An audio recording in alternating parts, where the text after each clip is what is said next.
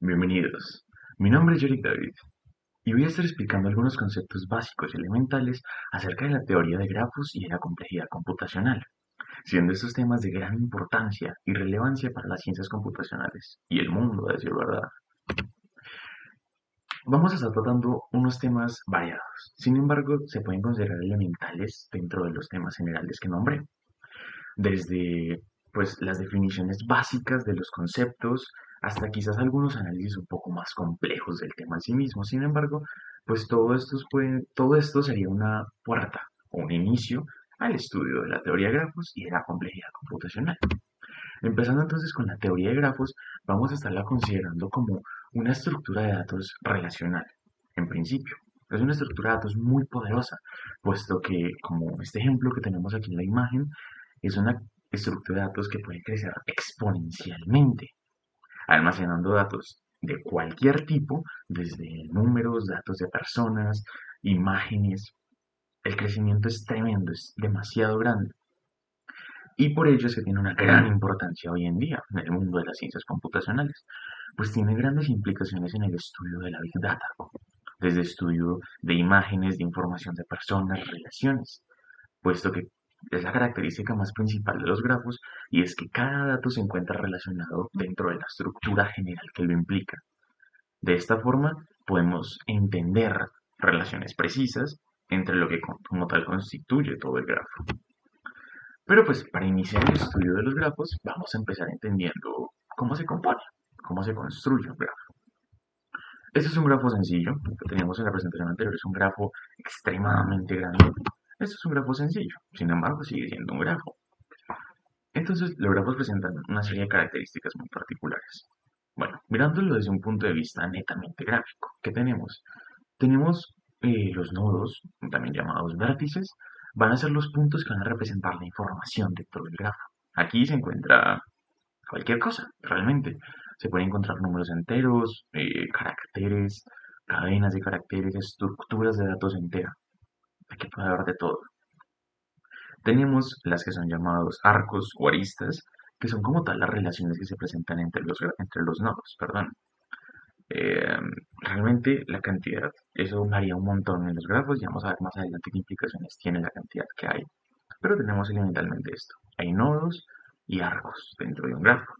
Pero también hay un tercer factor, que lo vemos aquí, es conocido como la función de incidencia. Bueno, por un lado, tenemos que el grafo como tal se representa como una terna.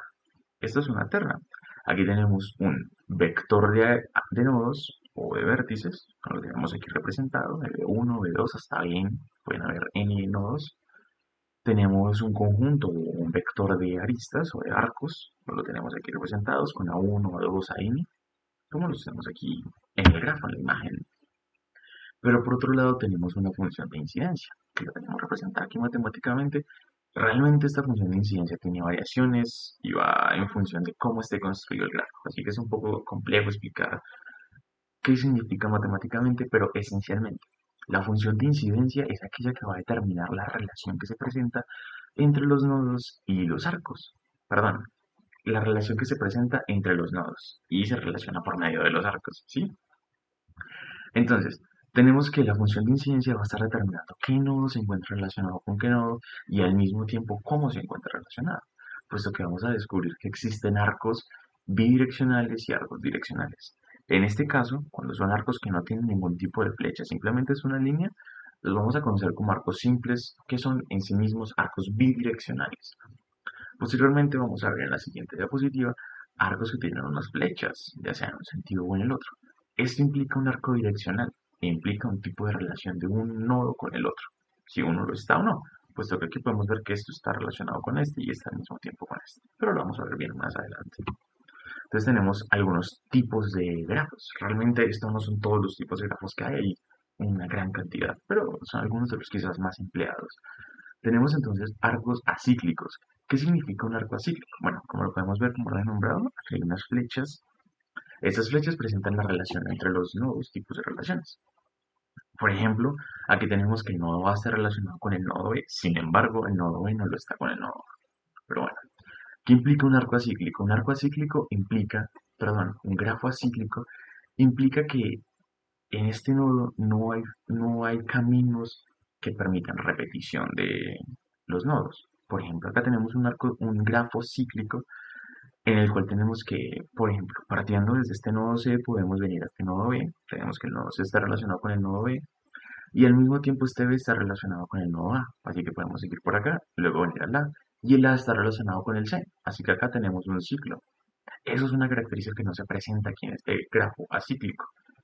De ningún camino yo me puedo ir y hacer un ciclo. Acá tenemos lo que es conocido como un grafo inconexo. Un grafo inconexo es aquel en el que no todos sus nodos se encuentran relacionados mutuamente con los demás. Es decir, vamos a presentar que, por ejemplo, este nodo de aquí no se encuentra relacionado con cualquiera de los otros nodos. Por ejemplo, este nodo con este nodo no está relacionado de forma directa. Del mismo modo que este nodo no lo está con este, pero por ejemplo este sí lo está con este. Por eso le decimos un grafo inconexo o no conectado. Acá tenemos un grafo conexo, es decir, todos los nodos se encuentran conectados con todos los nodos, de alguna forma u otra, ¿sí? Eso lo podemos ver de un montón de maneras, pero este nodo se encuentra conectado con este, al mismo tiempo que se encuentra conectado con este, y existen caminos para llegar, por ejemplo, a este. Elementalmente es eso. Acá tenemos un grafo de tipo pesado, o también llamado un grafo ponderado. Un grafo ponderado es aquel en el que los arcos tienen asociados otro valor. Este valor representa el peso de ese arco. Es decir, es muy considerado como la distancia del arco o el esfuerzo que le implica moverse, por ejemplo, de este nodo a este nodo y por medio de él. Eso va a tener implicaciones muy importantes más adelante cuando se pretenden, por ejemplo, construir redes neuronales o el estudio de datos muy grandes. Pues este tipo de pesos nos van a permitir identificar valores como la influencia que tiene un nodo en el otro. Y puede representar un montón de cosas, depende del estudio que se esté planteando. Bueno, aquí tenemos dos tipos. Este es un tipo pesado ponderado y direccional, y este no lo es, este no es direccional. Simplemente en lo que se diferencian es que este tiene flechitas y este no. Y eso implica, pues, el tipo de relación que existe entre los nodos, ¿no? Por ejemplo, en este caso, tenemos que el nodo A tiene una relación con un peso de 40 con el nodo C, pero el nodo C no tiene una relación de 40 con el nodo A. Esta flecha lo está indicando. Este C no está relacionado con A, pero A sí lo está con C. Bueno, vamos a continuar. Vamos a encontrar una terminología general que vamos a estar aplicando sobre los grafos, sobre los arcos y sobre los nodos. No para todos es lo mismo, así que es importante. Vamos a considerar que el grado de un grafo es la cantidad n de nodos del grafo. Sin embargo, también podemos estar hablando del grado de un nodo. El grado de un nodo es la cantidad de arcos que inciden sobre el nodo, es decir, que entran o salen de él. Por ejemplo, el grado de este nodo A es de 3, porque hay 3 arcos que inciden sobre A. Ahora tenemos un grafo nulo. Un grafo nulo es un grafo aquel en el que su grado es cero. Es decir, no hay ningún nodo. Un camino. Un camino va a ser considerado como una secuencia de arcos entre nodos.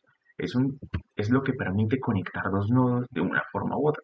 Por ejemplo, aquí situándonos en el grafo conexo. En el grafo conexo implica que siempre hay un camino para llegar de un nodo al otro. Entonces, partiendo de este nodo, podemos movernos hacia este nodo y hay una conexión directa. El arco es directo.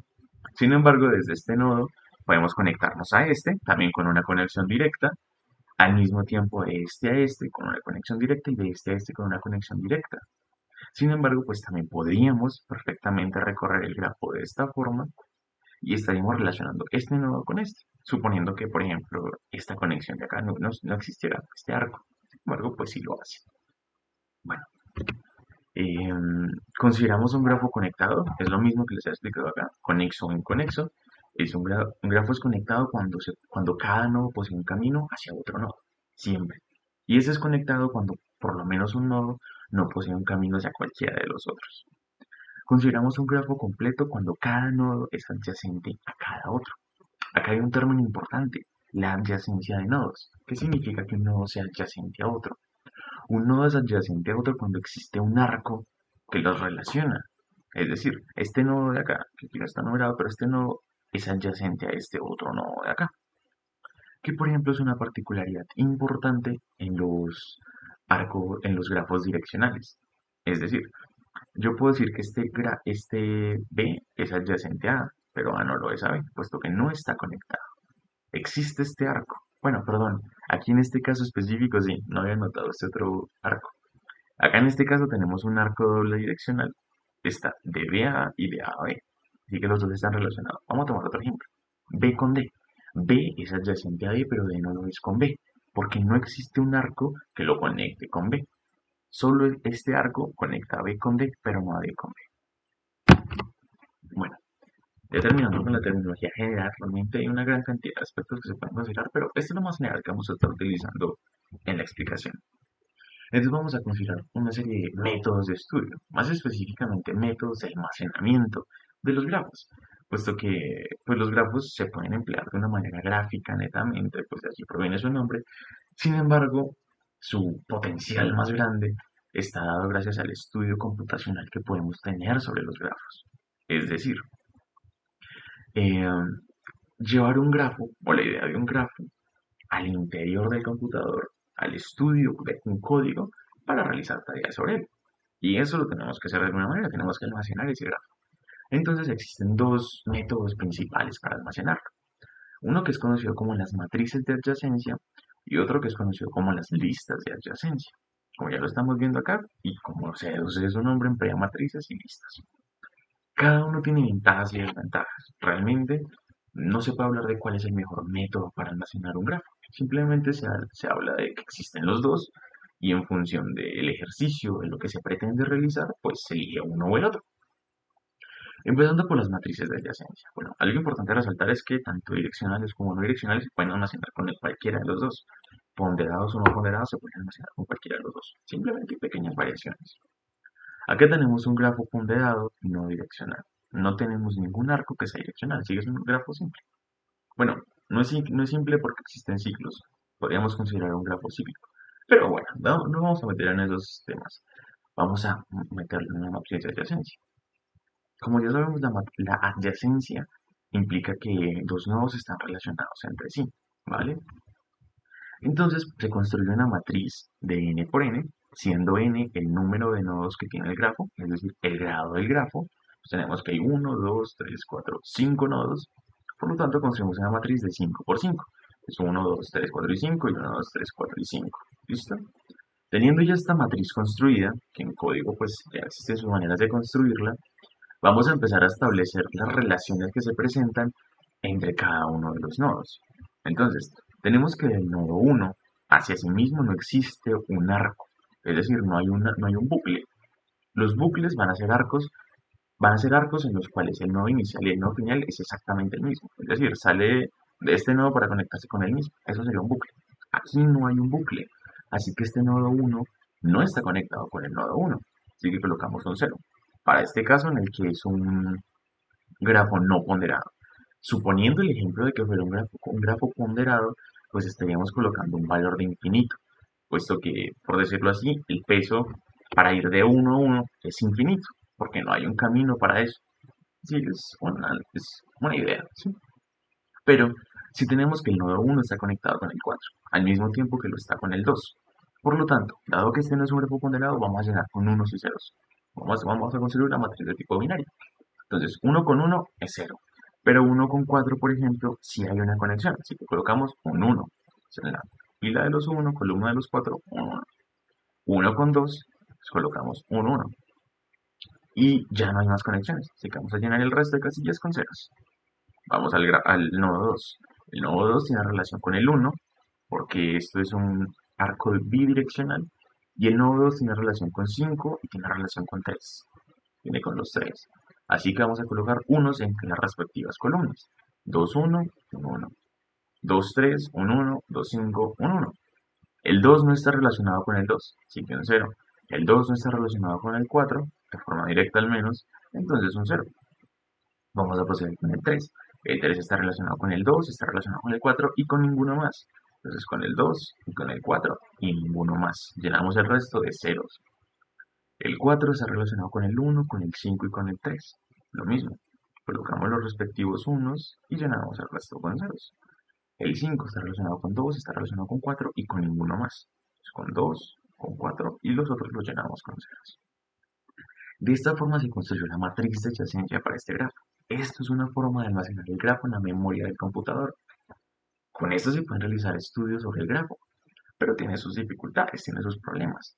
Bueno, primero, una gran ventaja de esto es la facilidad de acceso a cualquier punto para saber si están relacionados o no.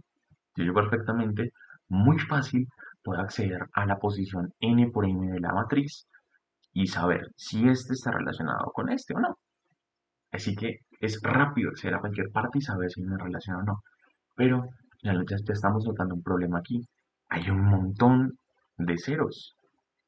Gran parte de la matriz está constituida por ceros. Y esto ocurre en un montón de veces. Por lo tanto, estamos desperdiciando bytes de la memoria, estamos ocupando memoria de más.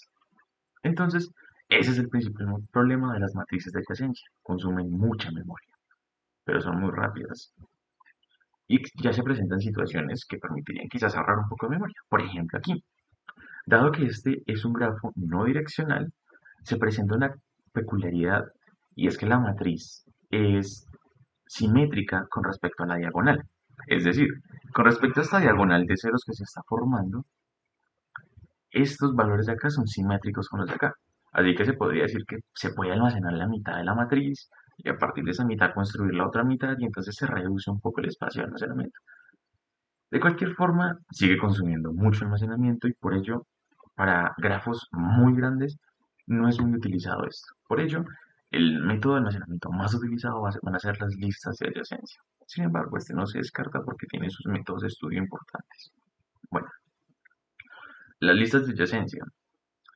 Trabajando con el mismo grafo, lo único que hice aquí fue nombrar los arcos. Estos no son pesos, vamos a tener algo importante, es que estos no son pesos, solo los numeré para algo que les quiero explicar aquí más adelante. Pero bueno, tenemos el mismo grafo que en el ejemplo anterior y vamos a construir las listas. ¿Qué es la lista de adyacencia? La lista de adyacencia esencialmente es una lista de listas. ¿Sí? Es una lista con listas anidadas. Vamos a crear entonces una lista de n posiciones, siendo n el grado del grafo, es decir, la cantidad de nodos del grafo, 1, 2, 3, 4 y 5. Así que tenemos 5 posiciones en la lista principal y en cada una de estas posiciones se asocia la dirección o se apunta hacia otra lista. De esa forma anidamos la lista en cada una de las posiciones de la lista principal, como hasta acá. Entonces, desde la posición 1, representando el primer grafo, el primer nodo, perdón, apuntamos hacia esta otra lista que va a contener los nodos adyacentes a ese nodo en cuestión. Entonces, por ejemplo, el 1 es adyacente al 2 por medio de este arco y el 1 es adyacente al 4 por medio de este arco. Así que tenemos esta lista de 2, 4. No es que el nodo 2 esté apuntando al 4 que esté enlazado con el 4, no. Estamos haciendo una representación de la lista, ¿sí? Entonces esto es una lista, la lista 2, 4, y esos son los nodos adyacentes a 1. Así que esta lista se encuentra anidada aquí. De esta forma podemos saber que el nodo 1 es adyacente al 2 y al 4. El mismo principio aplica para todos. Entonces el 2, por ejemplo, es adyacente al 1, al 3 y al 5. Nos creamos esa lista, 1, 3 y 5. Entonces tenemos la lista 1, 3 y 5 unida en la posición 2 de la lista principal. Perdón, la posición 1, considerando que inicia en 0, pero bueno, en esta posición del nodo 2. Y vale, este mismo principio lo vamos a aplicar con todos los nodos del grafo. De esa forma, pues como ya es evidente, aquí estamos ahorrando todas estas posiciones de los ceros y tenemos ya una lista. Bueno, tenemos una forma de almacenar el grafo de una manera que consume menos almacenamiento, quizás sacrificando un poquito de tiempo para acceder a las posiciones. Pero bueno, lo que les quería explicar con al enumerar los arcos. Hay una peculiaridad y es que si contamos la cantidad de elementos en las listas anidadas dentro de la principal, no contando la principal, sino solo estas anidadas, vamos a obtener dos valores posibles en función de qué tipo de grafo sea. Es decir, por ejemplo, en este caso tenemos un grafo bidireccional, perdón, un grafo que no es direccional, ¿sí? Sus arcos son bidireccionales. Entonces, sumando la cantidad de elementos en estas listas, aquí nos da 12. Y este número nos puede indicar cuántos arcos hay dentro del grafo. Es una forma de saberlo que puede emplearse en el código. Entonces, por ejemplo, acá tenemos el arco 1, 2, 3, 4, 5 y 6. Y este 12. Pero este 12 no es 6. Pero entonces, como si el grafo es no direccional, entonces este número va a ser el doble de los arcos que hay en el grafo. Para el caso de los grafos que son direccionales, es decir, tienen las flechitas, este número va a ser preciso. Es decir, esta sumatoria nos va a dar exactamente cuántos arcos hay en el grafo. Y para los que son no direccionales, es exactamente el doble de los arcos del grafo. sea que este número, dividiendo este número entre 2, tenemos la cantidad de arcos de grafo. Y esos son métodos para almacenar los grafos dentro de memoria. Ahora, ya teniéndolos en memoria, pues naturalmente precisamos de poder recorrerlos, acceder a los nodos, acceder a información. ¿Cómo hacemos esto? Existen multitud de algoritmos para recorrerlos. Uno de los más importantes son los que voy a nombrar aquí. Empezando por algo que es conocido como la búsqueda de anchura, o BFS. Este es un algoritmo que permite recorrer todo el grafo sin repetir ningún nodo, siguiendo un patrón de anchura. Para esto se emplea una estructura de control que funciona bajo la lógica de las colas, ¿sí? Eh, el objetivo de esto es iniciar en un nodo arbitrario, tomar un nodo arbitrario del grafo y empezar a recorrer el grafo por medio de su anchura. Y esto lo vamos a lograr de la siguiente manera. Tomamos un nodo arbitrario del grafo, ¿sí? En este caso este nodo 1, por decir cualquier cosa. Vamos a emplear una variable de control, la cual vamos a saber con ella si el nodo ya fue visitado o no fue visitado. Entonces, tomamos un nodo arbitrario del grafo, cambiamos su valor. Bueno, primero que todo el grafo tiene que estar en no visitado, así como lo vemos en el primer momento de este GIF, en que todos los nodos son rojos, ¿sí? Luego tomamos un nodo arbitrario, lo cambiamos a visitado y encolamos el nodo. En esta cola va a entrar el nodo. Como ya no hay más, por decirlo así, nodos adyacentes al nodo inicial, sino ahora como es el inicial, pues está la característica peculiar para iniciar el algoritmo. Entonces, desencolamos ese nodo que acabamos de encolar, lo imprimimos en pantalla, como vemos aquí abajo, lo imprimimos en pantalla o le hacemos lo que se quiera hacer, ¿sí? La tarea. Y posteriormente tomamos sus nodos adyacentes, sus nodos hijos, de alguna manera podría decir, cambiamos los estados de los dos a visitados y los encolamos. Posteriormente, desencolamos un nodo de la cola, en ese caso saldría el 0, como vemos acá estaba al principio. Luego con este nodo se ejecuta el mismo procedimiento. Tomamos sus nodos adyacentes, los marcamos como visitados y los encolamos. Ah, bueno, y antes de hacer eso se imprime el nodo, se me olvidó decirlo, pero aquí va. Una vez terminado esto, volvemos acá, desencolamos, que en ese caso saldría el 2, lo mismo, se imprime en pantalla y se agarran sus nodos adyacentes, se cambian por visitados. Si no lo están ya y se encolan. Aquí ocurre algo.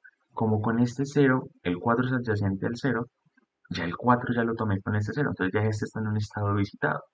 Yo solo cambio a visitado si no lo está ya. Entonces como ese 4 ya lo está visitado, simplemente ahí termina la ejecución. Solo lo imprimí y listo. Luego vuelvo y desencolo un nodo de aquí, de la cola. De allí va a salir entonces este nodo 5, ¿sí? Tomando este nodo 5 es el mismo principio. Se muestra por pantalla, se toman sus nodos adyacentes, se les cambia el estado visitado si no lo están ya y se encolan. Allí termina la ejecución y vuelve y desencola un nodo. De ese nodo que va a desencolar va a ser este 4. Entonces es lo mismo, se toman sus nodos adyacentes, se les cambia el estado, bueno, perdón, se imprime, se cambia el estado visitado de los nodos adyacentes y se encola. Y termina la ejecución. Volvemos a desencolar, desencolamos este 3 y es el mismo principio. En este 3, como en el caso de que no tienen más nodos adyacentes, en el instante en que se imprime por pantalla, que es aquí justo después del 4, acá, entonces terminó la ejecución. Y el siguiente que desencole es el 6. Y luego de que se encole el 6, utilizando la misma lógica para el 3, dado que no tiene más nodos abajo, ya la cola quedó vacía. Como la cola quedó vacía, se terminó la ejecución, se terminó el algoritmo y se recorrió todo el grafo. Aquí lo podemos ver. Aquí al final pues está el resultado de recorrer todo este grafo por medio del algoritmo de búsqueda en anchura. Ahora, un algoritmo muy parecido, tiene un principio de funcionamiento muy similar, pero cambiamos la estructura de control por una lógica de pilas. Entonces ya esto es una pila, no una cola. Este va a ser llamado búsqueda en profundidad o DFS. Emplean la misma lógica. Empleamos una variable de control que vamos a considerar si un nodo ya fue visitado o no. Y iniciamos en un nodo arbitrario con la intención de recorrer todo el grafo. Entonces vamos a hacerlo. Iniciamos en este nodo 1, cambiamos su estado visitado, considerando que en principio todos están como no visitados. Teniendo ya este como un estado visitado, apilamos el nodo, que entra aquí a la pila, Luego desapilamos este nodo, agarramos sus nodos adyacentes, les cambiamos el estado a visitado y los apilamos. Inmediatamente desapilamos de allí. Bueno, claro, antes de hacerlo de los nodos se imprime, si me salto ese paso. Y bueno, desapilamos de la pila y al desapilar vamos a obtener este cero. Es lo mismo, imprimimos en pantalla o hacemos lo que haya que hacer, agarramos sus nodos adyacentes, le cambiamos el estado a visitado y posteriormente los apilamos. Este procedimiento va a continuar así. El siguiente va a ser este 5, vamos a tener 0, 5. Lo mismo, se toma su nodo adyacente, se cambia visitado, se apila, el siguiente va a ser este 4, se imprime, se cambia este nodo por el visitado, se apila, eh, se vuelve a desapilar, como ya tenemos aquí el 5 y luego va a ir este 3, luego el 4, luego este 6 y por último va a estar este 2, puesto que bajo la lógica de las pilas, pues el 2 se nos quedó al final, porque así es. Aquí al final está este 2 y dado que las pilas se saca siempre por arriba y también se mete por ahí, cada que yo apilo estaba dejando al final el 2. Entonces vamos a tener esta impresión o esta forma de obtenerlos. 1, 0, 5, 3, 4, 6, 2. 1, 0, 5, 3, 4, 6, 2. Así que recorrimos el grafo en un formato de profundidad, yendo desde el más alto hasta el más profundo, 1 a 1. Bueno, continuando, tenemos una serie de algoritmos que nos van a permitir, estos son aplicables sobre grafos ponderados, sin embargo también sobre los otros, ya les voy a explicar cómo, pero nos van a permitir decidir cómo recorrer el grafo de la forma que sea más barata, por decirlo así. Es decir, que cueste menos considerando el peso de los arcos. Como vemos en este ejemplo, pues el grafo es ponderado. Sin embargo, para el caso de que fuera no ponderado, simplemente a cada arco se le asignó un peso de 1 y ya. Pero bueno, consiste en partir desde un nodo arbitrario, en este caso este nodo S, asignarle a todos los otros nodos un peso de distancia, por decirlo así, o una distancia en infinito para iniciar y se empieza a ejecutar de la siguiente manera. Entonces, desde el nodo arbitrario vamos a considerar todos los nodos adyacentes a él. En este caso son estos dos, el T y el Y. Y lo que vamos a hacer es que nos vamos a situar en el nodo T, que es adyacente a este S, y le vamos a cambiar el valor de distancia, este infinito. ¿Cómo lo vamos a hacer? Vamos a sumar el que tiene el nodo anterior desde el que estamos, sumado con el arco que une a los dos nodos, que los hace adyacentes, y lo vamos a situar acá. Si ese valor de distancia es menor al que ya tenía, tengamos en cuenta que acá hay un infinito en principio, pues nos vamos a quedar con el menor siempre. Entonces 10 es menor a infinito, entonces aquí va a quedar un 10. Y aquí, dado que el peso de este es 5, pues aquí va a quedar un 5. Como lo vemos en ese siguiente paso, se recorrió por los dos arcos o se miró por los dos arcos, se calculó ese valor de distancia y se va a concluir que este es el menor. Siempre nos vamos a quedar con el valor de distancia menor. Pero en este caso, pues 5 es menor a 10, nos vamos a quedar por ahí. Entonces vamos a recorrer el grafo por ahí primero. Una vez que llegamos al nuevo nodo, estamos parados en ese nuevo nodo, que lo vamos a marcar como visitado, para asegurar que luego no haya redundancia, que no visitemos nodos ya visitados. Entonces vamos a ejecutar el mismo principio. Partiendo desde este nodo Y, vamos a tomar todos los nodos adyacentes a él y vamos a hacer el mismo cálculo de distancia. Entonces, este nodo 5 tiene un valor de distancia inicial, perdón, este nodo Y tiene un valor de distancia inicial de 5, ¿sí? Y es adyacente a este nodo T, es adyacente a X y es adyacente a Z. Entonces vamos a calcular la distancia para cada uno de ellos. Yéndonos por este arco, tiene un peso de 3 que lo hace adyacente con T. Entonces vamos a sumar 5 con 3 va a ser 8. Dado que la distancia que ya había en el nodo antes era 10, pues 8 es menor a 10, así que nos vamos a quedar con este valor de distancia, 8. Lo mismo vamos a hacerlo aquí para X. Esto pesa 9 y aquí ya hay un 5, entonces 5 más 9 nos da 14. Aquí antes había un valor de infinito, 14 es menor a infinito, entonces nos quedamos con 14. Este otro arco tiene un peso de 2, acá hay un 5 y 2, esto nos da 7. Antes había un infinito, pues nos quedamos con el 7 porque es menor. Una vez que ya está hecho eso, vamos a validar cuál de ellos tiene un valor, cuál tiene una distancia menor. Tenemos aquí este tiene una distancia de 8, de 14 y de 7. Entonces nos vamos a quedar con este de 7 porque es el menor de los tres. Entonces vamos a recorrer el grafo por ahí. Lo vemos acá. Vamos a recorrerlo por aquí. Ahora, cuando ya estamos aquí parados, marcamos este como visitado para evitar redundancias. Vamos a ejecutar el mismo principio. Ojo, siempre lo vamos a estar haciendo desde todos los arcos que se pueda, ¿sí? Desde todos los nodos, no necesariamente desde el último. Entonces, aquí vamos a hacer ese mismo principio con el 7 y con los arcos que se puedan, ¿sí? Entonces, por ejemplo, acá tenemos que 5 y 3, pues este nos da el 8 que ya teníamos. Ahora desde este 7, que se está adyacente a este X, entonces vamos a tomarlo desde acá, 7 y 6, a este, ¿sí? Entonces nos da aquí un 13, antes teníamos un 14, pues ya nos queda un 13 con 7 y 6, es de 5 y 3 es igual, entonces vamos a mirar cuál es menor, pues el 8 es menor al 13, entonces vamos a irnos por acá, por este arco. Vamos a tomar por este arco, este lo marcamos como visitado y vamos a mirar los adyacentes. Vamos a tener que solo queda este para no generar redundancias. Y nos queda 8 y 1, pues 9. Había un 13, entonces nos quedamos con este. 9, así como está acá. De esta forma terminamos la ejecución de este algoritmo de camino mínimo. Recorrimos todo el grafo y encontramos cuánto es, por decirlo así, el valor del camino mínimo que hay de cada nodo al nodo arbitrario que elegimos en principio. Lo tenemos así. Para llegar desde este S a este nodo T, el camino mínimo posible nos cuesta 8, o tiene una distancia de 8. ¿Y cómo es? Es yendo de aquí a Y y luego de Y a T. Ese tiene un camino de 8. Y podemos encontrar que efectivamente es el camino mínimo, porque aunque este es directo, este pesa 10. O sea que es más largo que irnos por acá. Entonces, ese es el fundamento del algoritmo. Por ejemplo, con esta X, el camino mínimo desde este nodo arbitrario S, el que tomamos en principio hasta acá, pues hay una distancia mínimo de 9.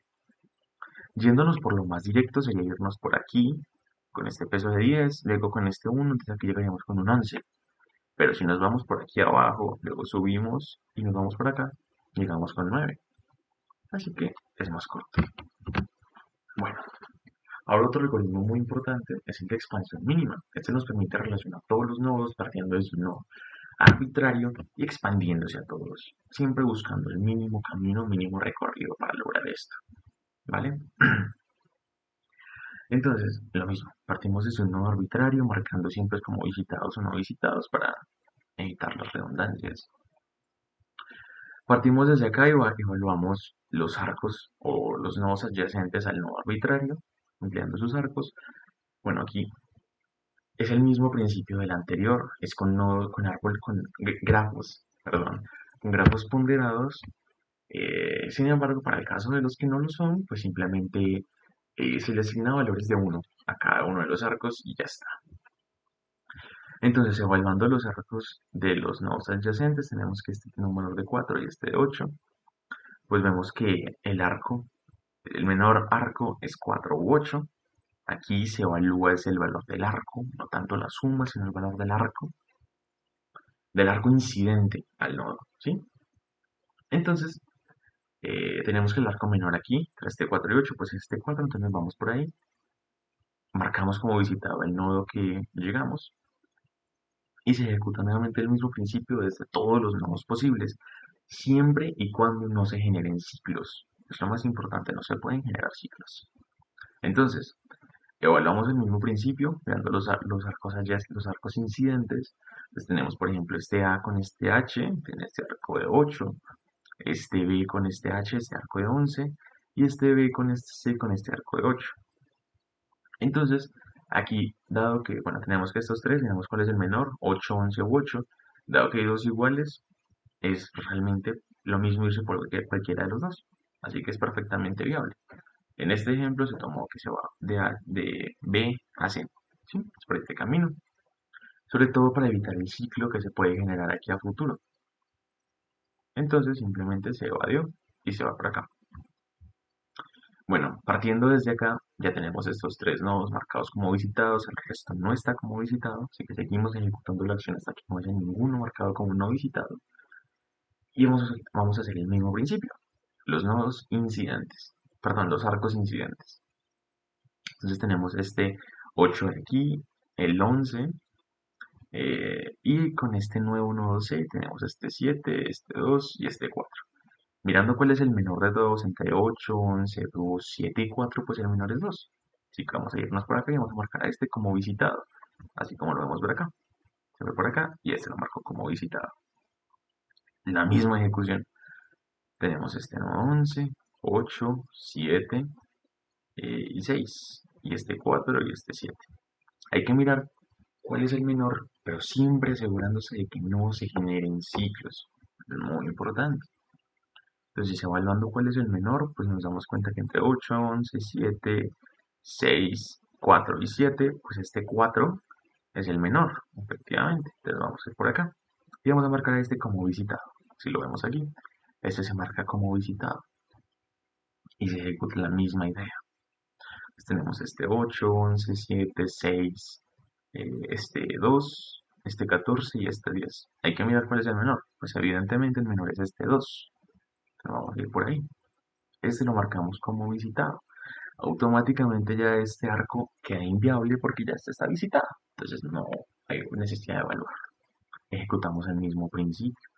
Tenemos aquí este arco de 1 hacia acá. Tenemos este 10, tenemos este 14, este 11 y este 8. El menor de todos es este 1. Teniendo en cuenta, bueno, estamos aquí en esta imagen, ¿sí? Teniendo en cuenta que ya este está visitado, pues el menor aquí es este 1. Vamos a marcar a este como visitado. Si lo llegamos aquí a esta imagen.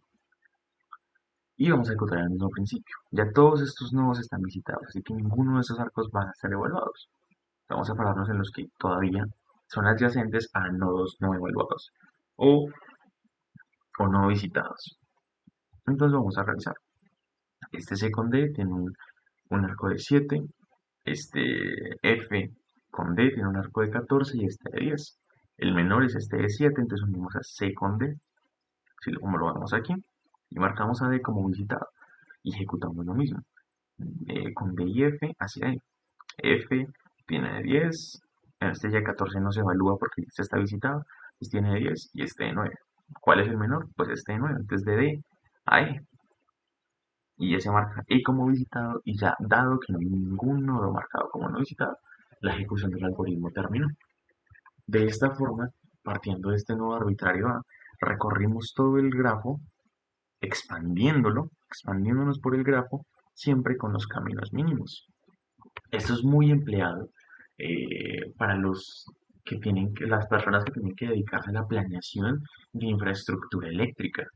Entonces, por ejemplo, se sitúan en un mapa de una ciudad, por ejemplo, o de un pueblo, y plantean desde dónde está la central eléctrica y empiezan a plantear las distribuciones del cableado, siempre buscando el camino mínimo. Entonces, por ejemplo, estos números perfectamente pueden representar la distancia entre las casas o las propiedades que hay que alimentar con energía. Por ejemplo, de la casa B a la casa C hay 8 kilómetros. Entonces hay que buscar el camino mínimo para llevar la energía desde este punto A hasta todos los puntos.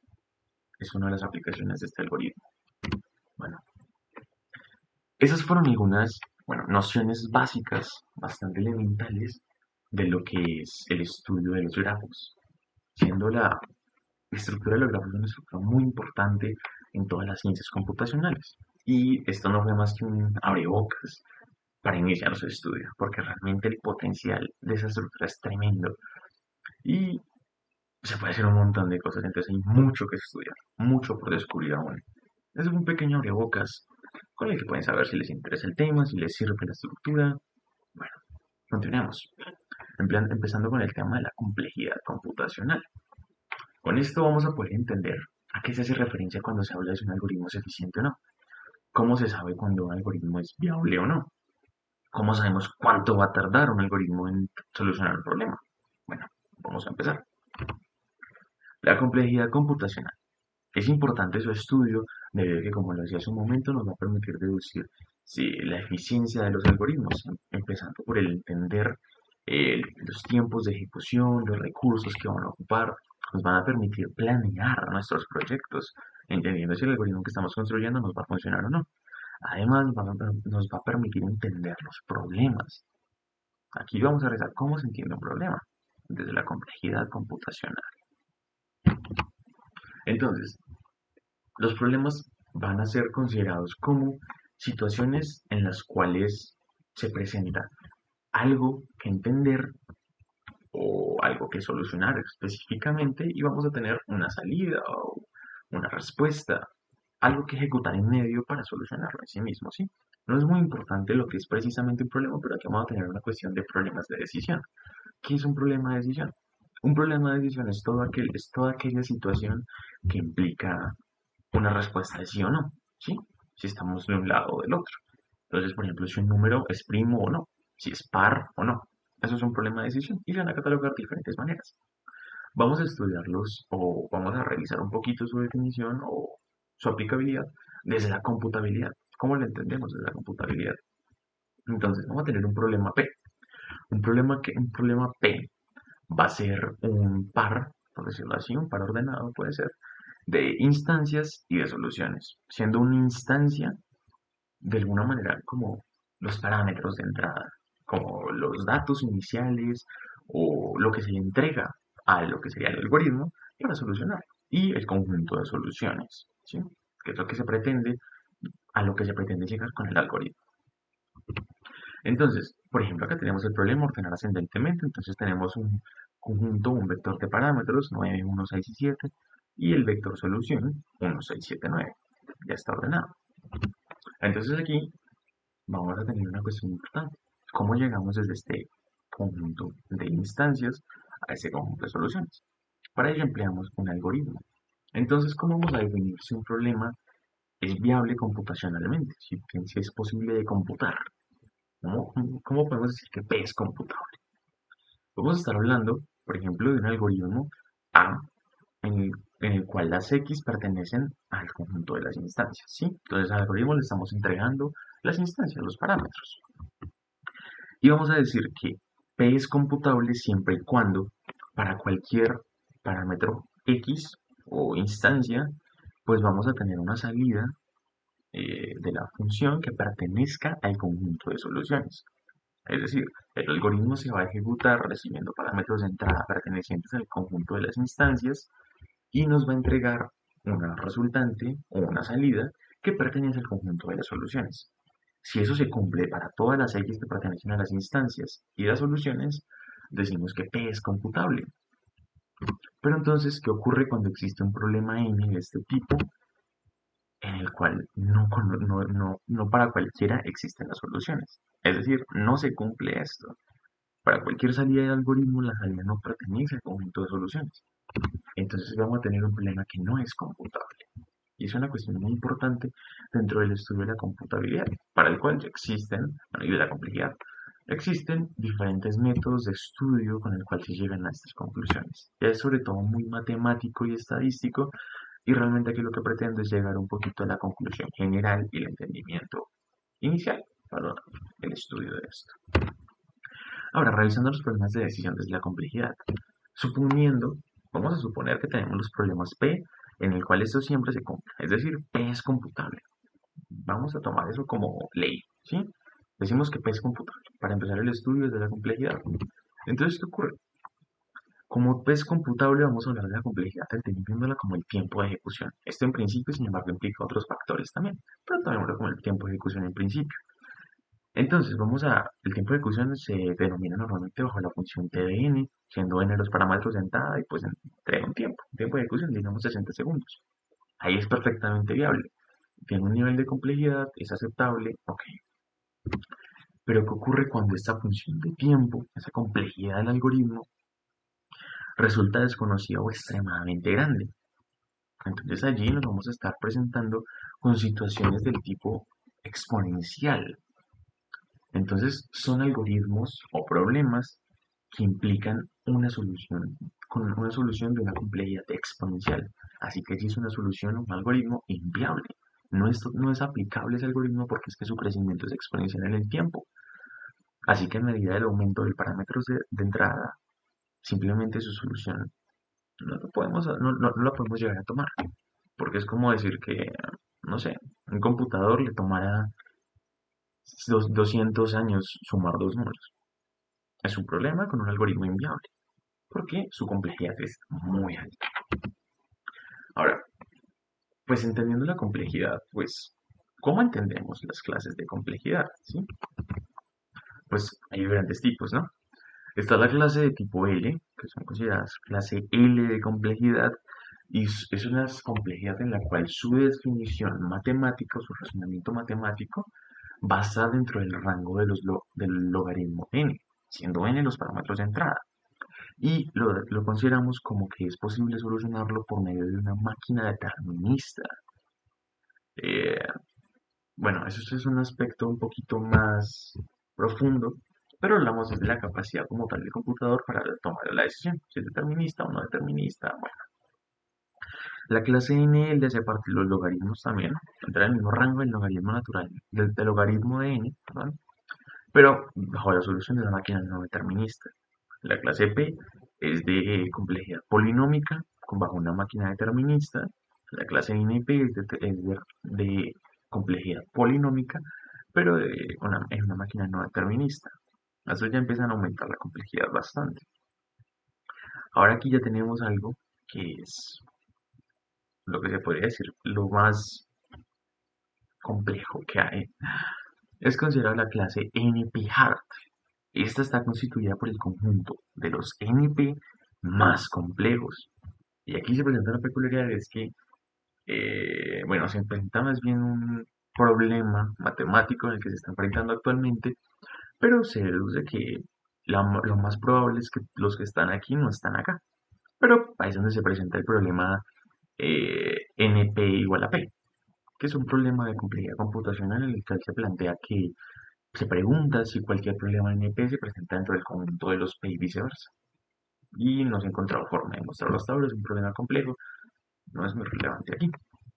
Bueno, la eficiencia de algoritmos. ¿Cómo entendemos la eficiencia de un algoritmo? Así como lo expresamos. Como lo decía hace un rato, es considerado como la función del tiempo, el tiempo de ejecución del algoritmo. Sin embargo, implica otras cosas también, como el almacenamiento y los recursos. Bueno, vamos a estar hablando de la eficiencia de un algoritmo definiéndola dentro de sus tipos de casos. Existen varios casos, el mejor caso, el peor caso, un caso promedio, pero el más usado es el peor caso, porque es el más realista.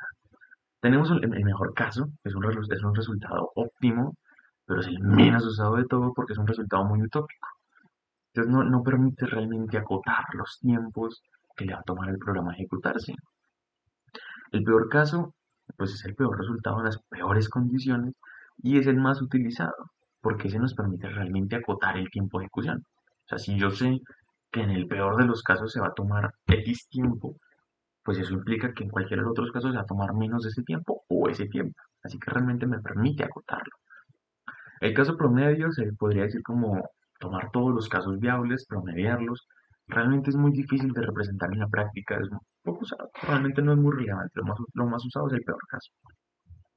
Y empiezan unos análisis de la eficiencia. Un análisis probabilístico pretende entender o predecir la eficiencia de un algoritmo basándose en cuestiones de probabilidad entre sus entradas. Es decir, por medio de estudios de probabilidad, deducir qué entradas va a recibir el algoritmo y con base en eso decidir su eficiencia. Implica un estudio matemático profundo, pero es bastante asertivo. El análisis amortizado es un análisis en el cual se toma un promedio de los peores casos de ejecución del algoritmo. Eso permite tomar ya quizás una media de tiempo para acotar los tiempos de ejecución. En general es esto. Bueno, ¿qué vamos a estar considerando acá? El costo de un algoritmo. Hace rato vengo hablando del costo, de la eficiencia, del tiempo. El costo del algoritmo, la eficiencia del algoritmo, la vamos a estar tomando, como les decía, con el tiempo de ejecución y puede ser definido de dos maneras principales. A punta de pruebas, tomando datos que no pertenecen como tal a la dataset, por decirlo así, del estudio, y empezar a ejecutarlo, promediar, hacer pruebas varias con datos dispersos para poder saber el costo que va a tomar esa ejecución o ese proceso. Este método de estudio para los costos realmente tiene muchos déficits porque se pueden presentar situaciones en las que los datos sean muy juntos, por ejemplo, y sea muy preciso, entonces son casos muy ideales. Y entonces nos arroja un costo muy bajo y a la hora de la práctica son casos datos muy dispersos y el costo se eleva un montón y pues quedó todo mal. Entonces, Es viable para estudios no muy grandes, sin embargo, tiene sus problemas debido a los fallos que presenta en la cuestión de la variedad de datos. El otro es el método de análisis. Eh, Estudiar el costo por análisis es mucho más preciso que con pruebas, pero toma su tiempo porque es un estudio de razonamiento netamente matemático, tomando todas las variables, tomando todo lo que implica la ejecución del algoritmo para poder llegar a una solución y decir respectivamente un costo. Aquí podemos ver, eso es un estudio real que se aplicó sobre algunos algoritmos, el Bubble Short, el Counting Short, Heap Short, Insertion Short, bueno, algunos algoritmos, el algoritmo burbuja, bueno, así.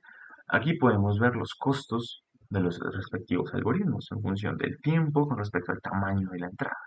Por ejemplo, aquí, quizás leyendo un poco la gráfica, podemos ver que el algoritmo que tiene un costo más alto es el ordenamiento de burbuja. Y, por ejemplo, el mejor, el más óptimo, es el counting sort. ¿Sí? Por ejemplo, lo podemos ver. Cuando ya entran 1.600.000 datos, podemos ver cómo crece el tiempo de burbuja y el counting sort está muy por debajo. Bueno, siguiendo. Los costos de algoritmo se entienden, como lo decía hace un rato, desde dos puntos de vista principales o más importantes. El tiempo que le toma ejecutarse el algoritmo, lo podemos ver acá, con respecto al tiempo, el tamaño de la entrada, siempre lo estamos teniendo, esa función de tiempo en función de entrada. Y también se mira con respecto al espacio, qué tanta memoria va a consumir el algoritmo para ejecutarse, qué tantos recursos. Son dos variables muy importantes o dos cuestiones muy importantes a estudiar para poder entender realmente el costo de un algoritmo. Ya existen planteamientos tanto matemáticos como de pruebas y demás para definir esto. Esencialmente es esta la idea. Ahora, para definir todos estos costos, todas estas eficiencias, tenemos una notación especial. Estas no son funciones, esto es una notación. Esta es conocida como Granow y bueno, existen variedad de notaciones. Entonces, estas notaciones nos van a permitir definir qué comportamiento tiene la eficiencia en función de la ejecución real. Entonces, por ejemplo, la Granow nos está dando, nos permite definir de alguna forma una función que va a representar un límite o va a acotar la eficiencia o los costos para la ejecución del algoritmo. Entonces, la Granow es una cota superior. Entonces plantea una función que pretende acotar superiormente el tiempo de ejecución real. Es decir, siempre el resultado de esto va a ser mayor o igual al tiempo de ejecución real. También existe otra que es conocida como la pequeña o, y hay una pequeña diferencia nada más, y la pequeña o lo que pretende es que es acotarla superiormente siendo mayor que el tiempo de ejecución real. La gran O es mayor o igual, la pequeña O es mayor. ¿Sí? Luego tenemos a esta, que lo que pretende es ser una cota inferior. Lo mismo, existe esta que es la grande y la pequeña, siendo menor o igual o menor. Y emplea ese mismo principio, perdón, emplea este mismo principio, pretende acotar la ejecución real, o el tiempo de ejecución real, por debajo en este caso, porque es una cota inferior. Entonces aquí lo vemos, está la función de cota, y ese es el tiempo de ejecución real, entonces vemos que siempre es menor o igual a esa función. Si fuera la notación pequeña, sería menor, nada más. Bueno, acá tenemos una última que está lo que pretende es ser igual, ¿sí? También está empleada dos extremos, por decirlo así, y lo que pretende es siempre igualar a la función, por eso emplea los dos extremos. De esta forma asegura que la función siempre va a estar entre ellos dos y se pretende hacerla más chica, lo más chica posible, para mantenerla igual. Pero bueno, entre todos estos es importante resaltar que ninguno son funciones, son notaciones para el entendimiento conceptual, para de las notaciones de eficiencia y complejidad, de forma que podemos expresarlo en generalidades y expresarlo para los diferentes tipos de estructuras o de estudios que se hacen. Toma acá. Hay algunas estructuras que son las más empleadas, como los arreglos, las pilas, las colas, las listas simples, las listas dobles, los árboles, los grafos, bueno, hay un montón. y cada uno tiene su eficiencia, de forma tal que el estudio se puede hacer y saber realmente cuál es la más viable para el ejercicio específico. Porque si se emplea la que tiene la mayor complejidad para un estudio, pues siempre se busca la menor complejidad y que cumple la necesidad. Entonces aquí tenemos algunas notaciones asintóticas definiendo la eficiencia de diferentes algoritmos, como lo son los arreglos, las pilas, las colas, las listas simples, las listas dobles, los árboles binarios de búsqueda, los árboles balanceados, los árboles ABL. Y ahí están las diferentes notaciones, la número uno para el acceso, la búsqueda, la inserción, el borrado. Y bueno, aquí podemos ver variedad de complejidades de notaciones asintóticas para algunas estructuras que son las más conocidas, las más utilizadas en este campo, ¿sí? Bueno, concluyéndose un poco ya, concluyendo un poco con la explicación, con todo lo que estaba tratando, aquí dejo algunas de las fuentes que consulté, realmente fueron bastantes más, pero resalto algunas de las más importantes que consulté para el estudio de todo esto que les estoy presentando. Ya puedes consultar, validar, verificar. Bueno, aquí está. Y con esto no queda mucho más que decir. Les agradezco mucho su participación por llegar hasta por aquí en este video. Espero que haya sido de algún tipo de ayuda, que se haya aclarado alguna duda. Y ya está, no hay mucho más que decir. Muchas gracias y hasta luego.